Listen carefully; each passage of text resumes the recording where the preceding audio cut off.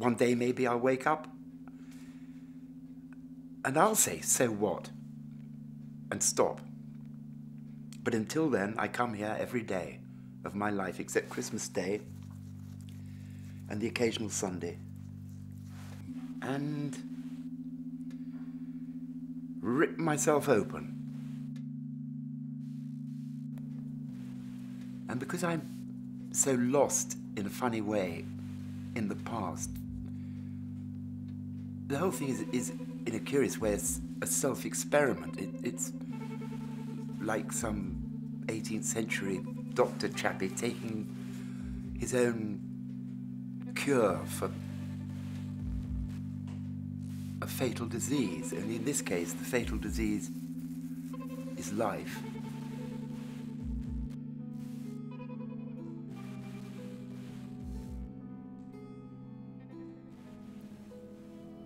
I'd never met anybody like him. Nobody remotely as he was. He was unique. As was Beryl, as was the entire family, and as, in his eyes, was I.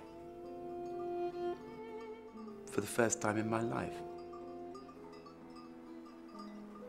Really, the first thing you're conscious of, apart from the heat and the smells, is the rock, the rocks. And that this is a place which is unforgiving if you put your foot wrong.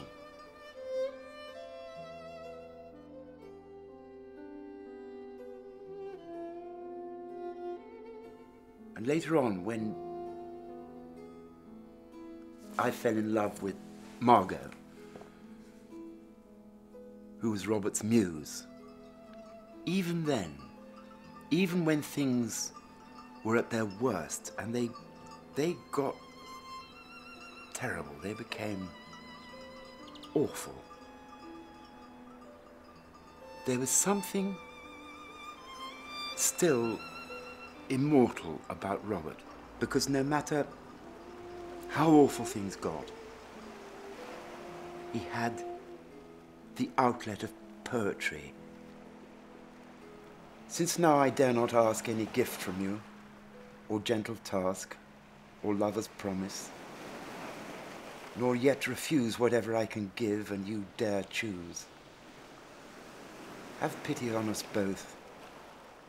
Choose well on this sharp ridge dividing death from hell. Robert and I were finished, as far as he was concerned, not as far as I was concerned, and not as far as Beryl was concerned.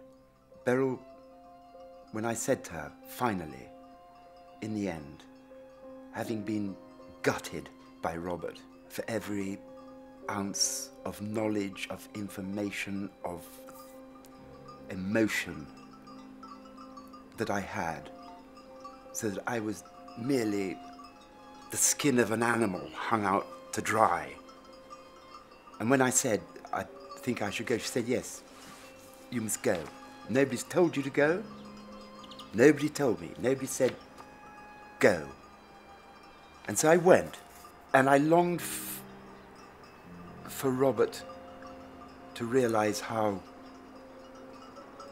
devastated I was for having betrayed him.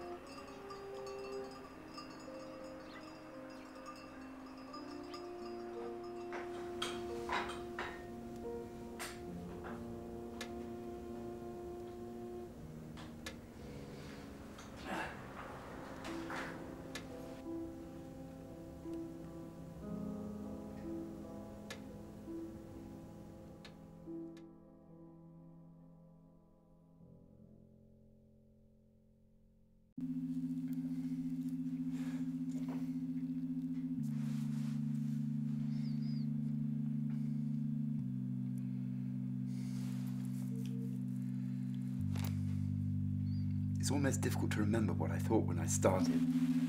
But I remember thinking that somewhere I would find the blow, the bruise that had made me ill. duty, in a strange way, is to chronicle what happened and the journey into the labyrinth where I rediscover what happened. And what I will find at the centre may be inexpressible. To go back into that labyrinth is utterly right, and if I die of it, I die of it. Fuck it. Doesn't matter. It doesn't matter. I was as much playing out a role, as Beryl pointed out, when things went wrong at the end, that we were all of us merely playing the roles that had been set out for us. We were none of us capable of not doing what we did. None of us. Neither Robert nor me, certainly not Margaret. There was no blame in the I Ching sense of it. No blame. We were all fulfilling our roles, which were imperative to each other's at that time. They were utterly dependent, which is what I suppose made it so extraordinary. Somebody has to be the chronicler. Somebody has to write, as it were, in the Norse sense, the saga down. So it's done. It's done. And then Nunc dimittis. Lady, now lettest thou servant depart in peace.